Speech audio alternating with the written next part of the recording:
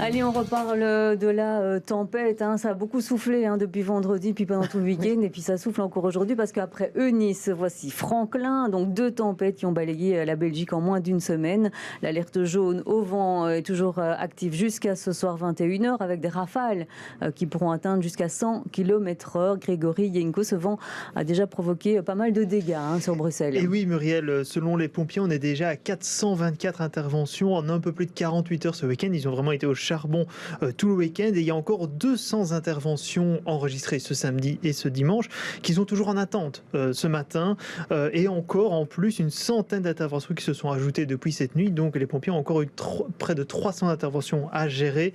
Voilà, donc cela confirme les dégâts. Pourtant les dégâts, ce sont surtout des dégâts, on va dire, physiques, mais il n'y a pas eu vraiment de blessés ou de morts heureusement suite à ces tempêtes. Cela concerne surtout des bâtiments, des arbres qui ont été déracinés, des toits qui se sont envolés. On a notamment la salle omnisport de Jette qui a connu plusieurs dégâts, des immeubles d'habitation à Schaerbeek, en direct Bruxelles, et même un toit du terminal de l'aéroport de Zaventem qui a été détérioré, empêchant l'accès à certaines portes d'embarquement. Donc si vous avez un vol, attendez-vous à des retards, que ce soit à cause de la tempête, mais aussi à cause de cet accident. Au niveau des parcs, justement, il y a eu finalement assez peu d'arbres déracinés selon Bruxelles Environnement, qui fait un bilan qui, le rappelle, actuellement très provisoire, parce que tous les agents n'ont pas pu aller dans les parcs actuellement. On est à 80 arbres tombés sur 102 parcs et 250 arbres tombés dans la forêt de Soignes sur près de 200 000.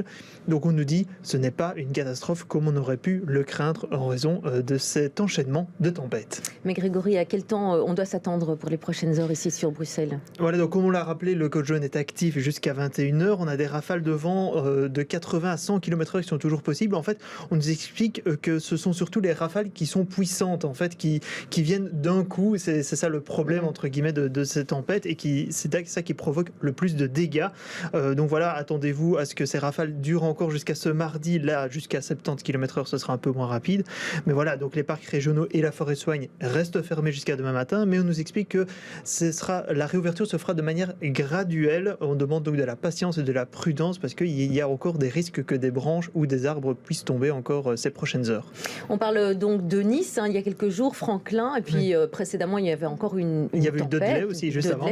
Ça fait 3 tempêtes. Comment est-ce qu'on explique autant de tempêtes tout à coup sur la Belgique ?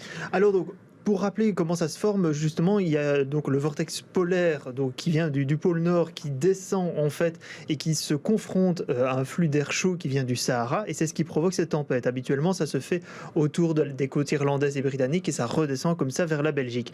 Ce qui se passe actuellement, normalement c'est un phénomène très fréquent en février, mais ça touche normalement l'Écosse, la Scandinavie, l'Islande, et pour le moment ça se déplace plus vers le sud. C'est le cas depuis 2-3 ans.